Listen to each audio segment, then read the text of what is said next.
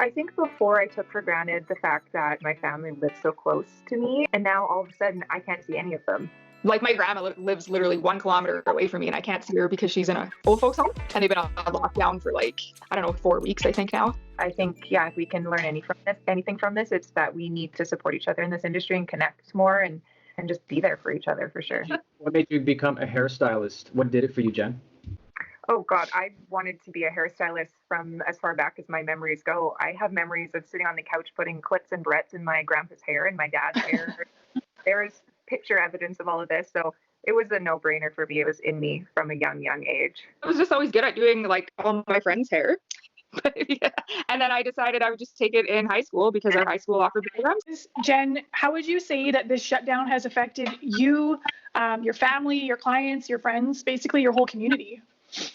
Yeah, it's really affected the whole community. I mean, especially my family. My brother has 2 young kids and he owns his own business.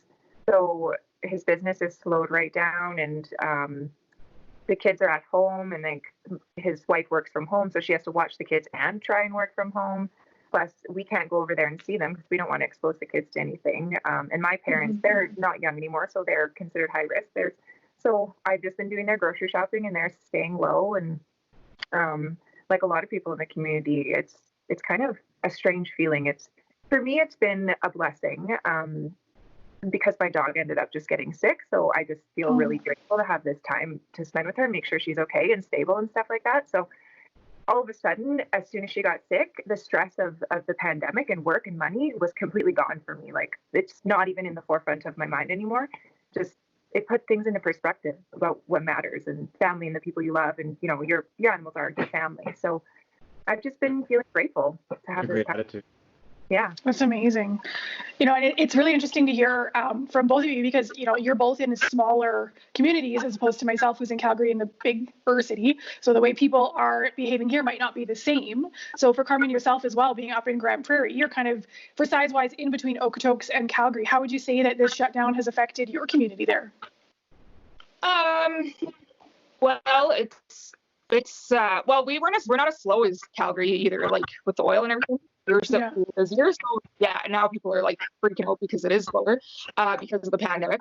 I know a lot of people still working though. I have a lot of nurse clients, and my mom, she's still working. She runs a bank, and my dad works for the city, so they're still both at work, which is scary because they're exposed to people all the time.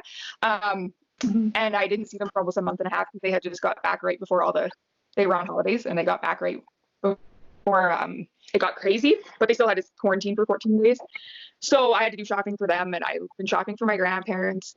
So I don't mind being off because I can go and shop for people if they can't or whatever. And I don't mind the break actually because it's so busy all the time. I'm like, but again, we shouldn't be exposing, and we're not essential. So I think, anybody essential should be working. I have family in healthcare too, so I respect everything that they say, like stay home if you don't need to be out with people. But a lot of people aren't here, I find, or they weren't up until maybe last week-ish. But when I first started to book people off, like, because I stopped working on the 18th or 19th, and like a lot of my clients, well, most of them were pretty good, but some of them were just like, really, why are you booking off? And I'm like, because it's a pandemic, like, no, it can't work. So I don't know. I get annoyed sometimes, but I think it's good. People need to slow down, and we need to also like come back to reality a little bit, especially in Alberta, because we work all the time and we buy everything instantly. And, I don't know. I think it's okay to slow down. But yeah. But when you think about your mindset before this and where it is now, what are some of the things that were that eye-opening moment? I think before I took for granted the fact that my family lives so close to me, and I could see my niece and nephew when I wanted, and I could go to my parents every night if I wanted. They live like 6 blocks away from me. And now all of a sudden I can't see any of them.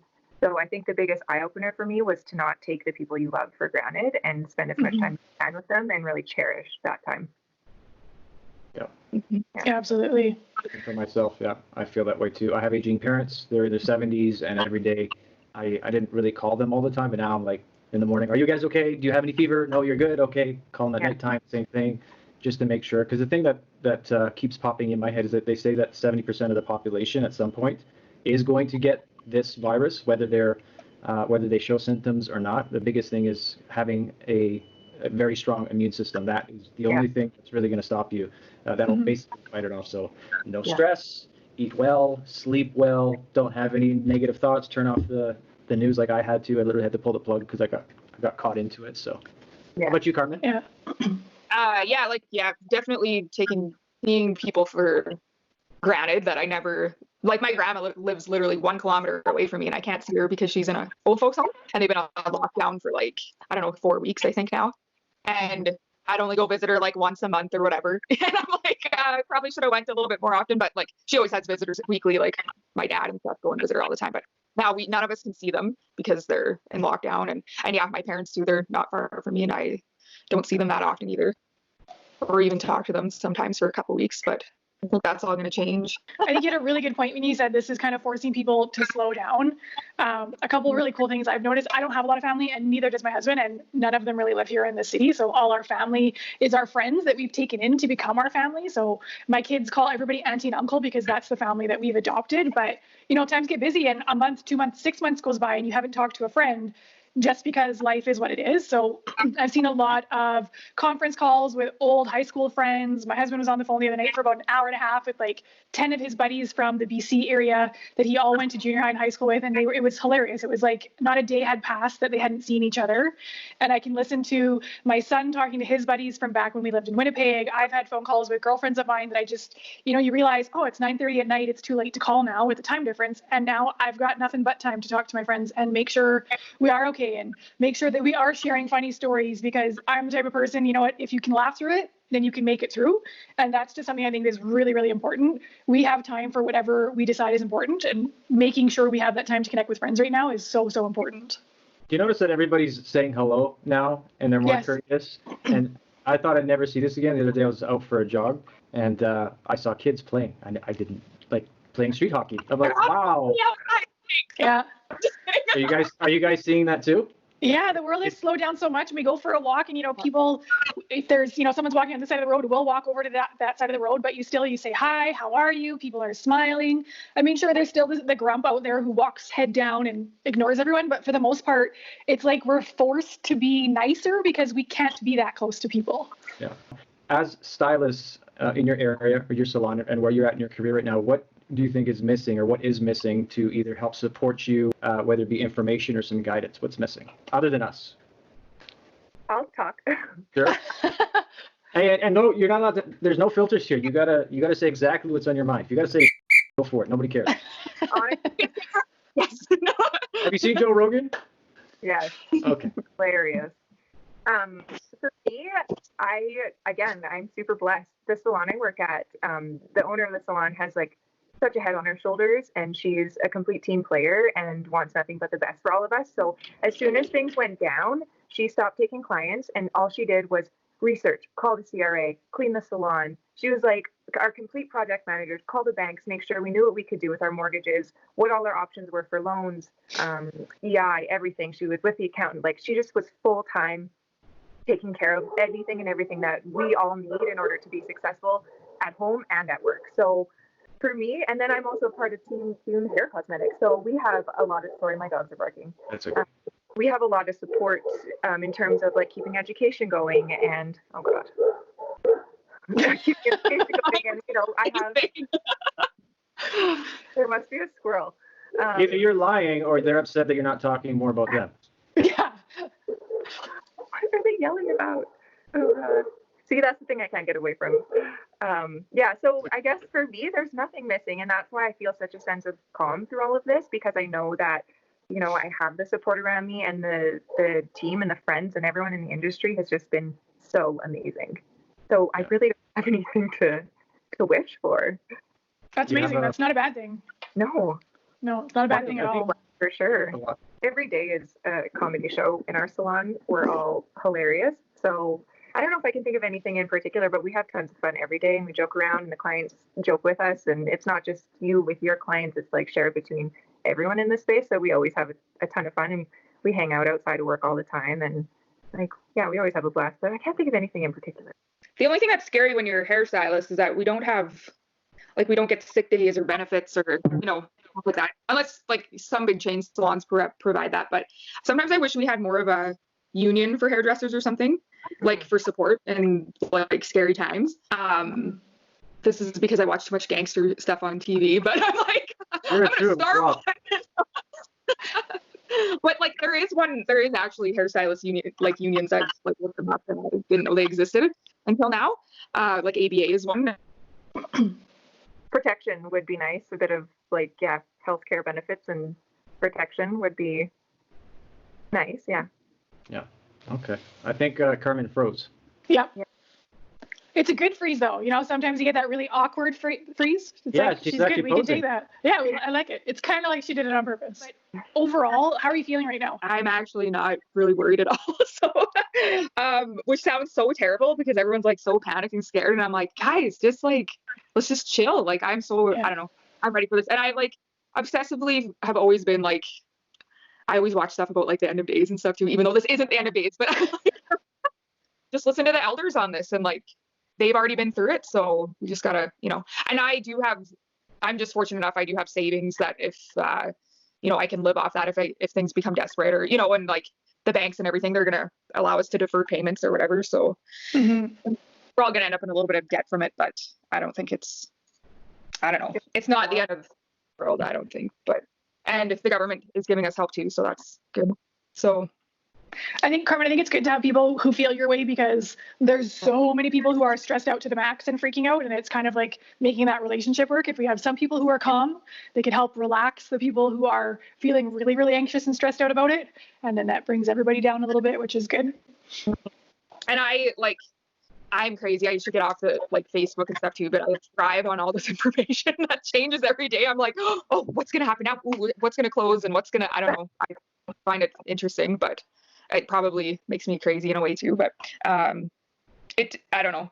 I'm okay with taking time off. I never take time off, so this is the only time I've ever had time off, and like unless I book vacation or whatever, right? But now it's like, no, you can't actually work, and no one's calling for appointments, and it's kind of nice to have a break. So. Right now, this is new to everybody in the world. It's not just provincial or city-wide. This is a global thing. This initially happened in China. This is where it all started first. And we're not going to do with Trump. We're not even going to go there with how and why and all of that stuff. But looking at, because since it happened there, they were the first ones to go through it, and they were the first ones to go back. And I've been looking at like how they have, like what the response is and how they've been trying to get back to regular life. And there does seem to be some sense of challenges with people still scared to go out places, to go shopping, to go in salons. And I think and this statistic isn't to scare you, it's just, you know, create conversation. 200 barbershops opened up within the first few weeks out of 2,000 because of the amount of work that was available to them. I don't think that will happen here, but the question is, what are your plans moving forward with kind of different scenarios? If that takes a little bit more longer, what are some of the things that you've been thinking about to kind of get you through the storm? Jen, you want to go first? Yeah, sure. Fortunately for me, my best friend who works in the salon that I work in is about 6 months pregnant. So she'll just be turning into her maternity leave, and she's probably got an equal size clientele to me. So I'm not concerned at all that I'm going to be quiet. If anything, I'm not going to be able to fit everyone in, and it's going to be quite a struggle schedule-wise.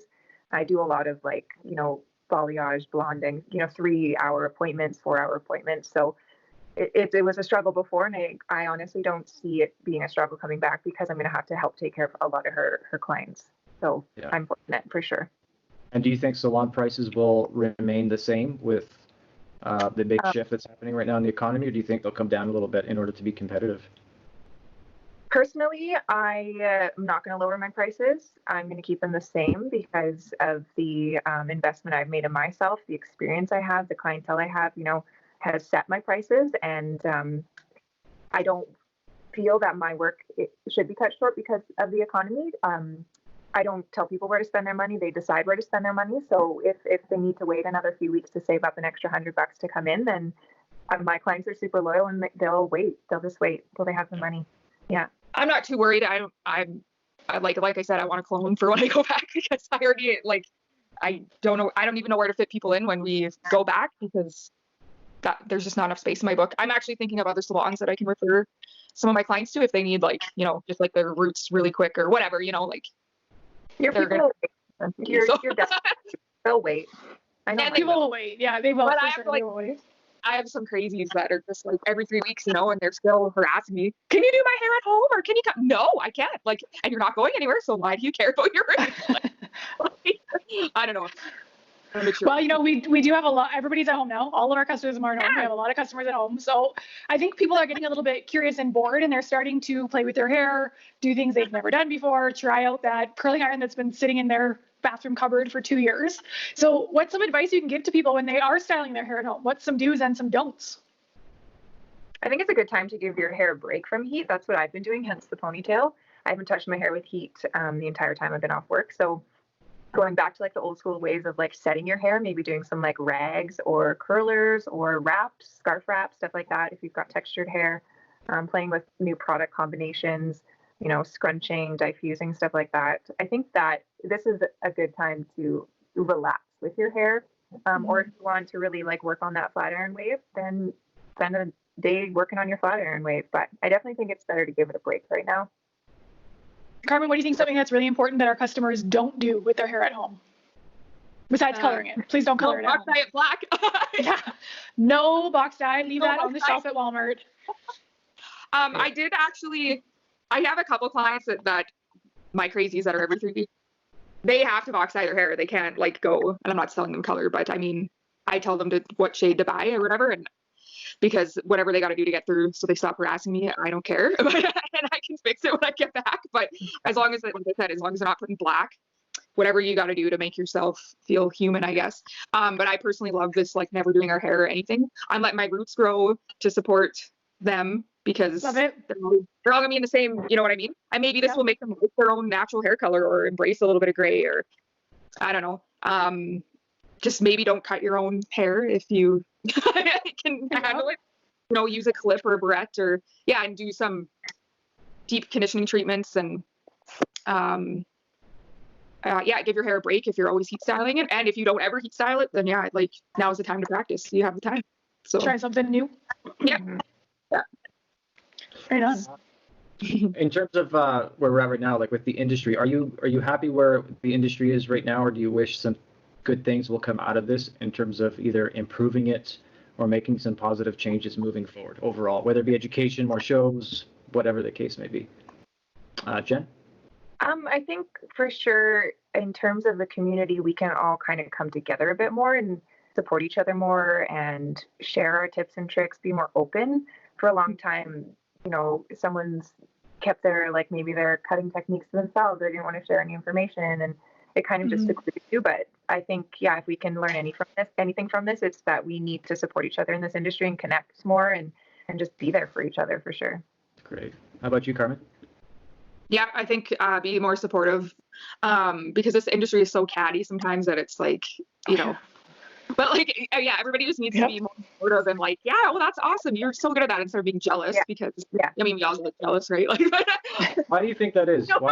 Why is this industry? Why does it have to be so catty? I mean, on one level, it's supposed to be to help and improve people's image and make them feel great, and you feel great improving their image and how they feel. But what's the cattiness about? Where do you think that comes from? I don't know. I think just because, I think media in general has made it catty but it's getting better now, right? Like just the way women are like shown in media in the past, like you have to be skinny, you have to be perfect, you have to look so good. So when, I don't know, other hairstylists are amazing at stuff, it's like, oh, why can't I be like that? Or why can't I, you know? And I don't know. But I feel like things are changing. Things are getting, you know, we're more real. We're not so fake. Well, some people are really fake now, but it's just. Well, not right now. They're not. Not right now. No, they're not. But it's just like, everything's more about like loving yourself, and we should all be more happy in our own skin instead of, you know, and be supportive of our friends and other hairstylists in the industry too they're all trying to just do the same thing we are, and we're all in the same boat kind of thing, right? Sorry, Carmen. No, go ahead. I'm just I rambling. think a lot of that comes from insecurity for sure. So maybe a lack of training, a lack of insecurity, or a lack of confidence just in yourself in general.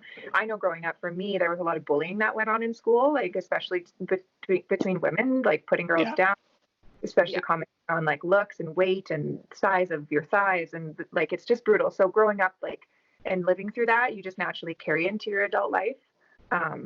But yeah, which sucks. It's really sad. But I hope that, you know, all of this brings a different awareness to people that we need to be kinder to each other because we're all in a different situation. And, you know, we all need to heal those wounds from the past and just have a lot more love for everyone and ourselves included.